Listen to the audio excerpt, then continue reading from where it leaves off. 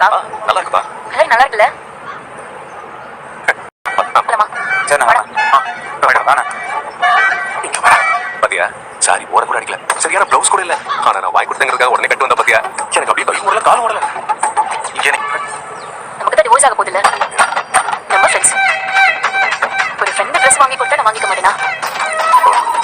அப்படி எனக்கு அப்படியே வேண்டு வரணும்னு நினைச்சேன். நமக்கு வேணும்னா நம்ம தான் பக்தியா வேண்டிக்கணும். ஐயர் அவ்வளவுதான் பண்ணுவாங்க, வேண்டிக்கோங்க. இதெல்லாம் தெளிவா பேசுங்க. நான் ஒரு ஃபோன் மட்டும் பண்ணி தரேன். கோயிலுக்கு வந்து என்னடா ஃபோனு? இல்ல நீ ஒரு ஃப்ரெண்ட் கிட்ட பேசணும். அதெல்லாம் அப்புறம் பேசிக்கலாம், வந்து உட்காரு. அரோகரா முருகனுக்கு அரோகரா.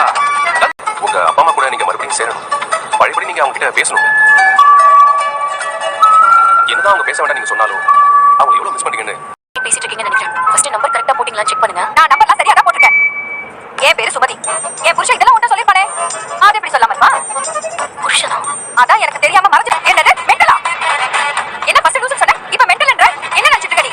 அவ்வளவுதான் பாத்துட்ட. இன்னொரு தடவை கால் பண்ணோம் அப்புறம் இருக்க.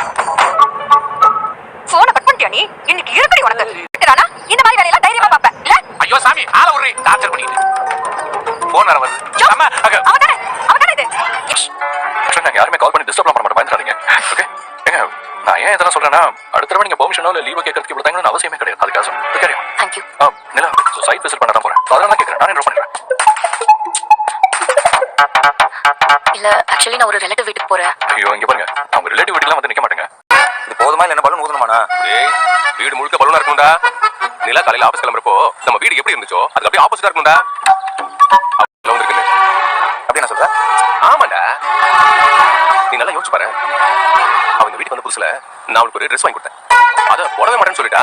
நான் அவளுக்காகவே செலவு பண்ணாலும் எனக்காக நீங்க செலவு பண்றீங்க, நானே பாத்துக்கிறேன். ப்ளீஸ்யா, நான் உங்க ரிக்வெஸ்டாவே கேட்கிறேன். இன்னைக்கு நிறைய பிளான் பண்ணி வச்சிருக்கேன். இப்படி எதையாவது பேசி என் மூட ஸ்பாயில் பண்ணிடாத, அப்புறம் வேற மாதிரி ஆயிடும். இன்னைக்கு ஒரு நாள் மட்டும் கடைசி எனக்கு பிரேக் கொடு ப்ளீஸ்.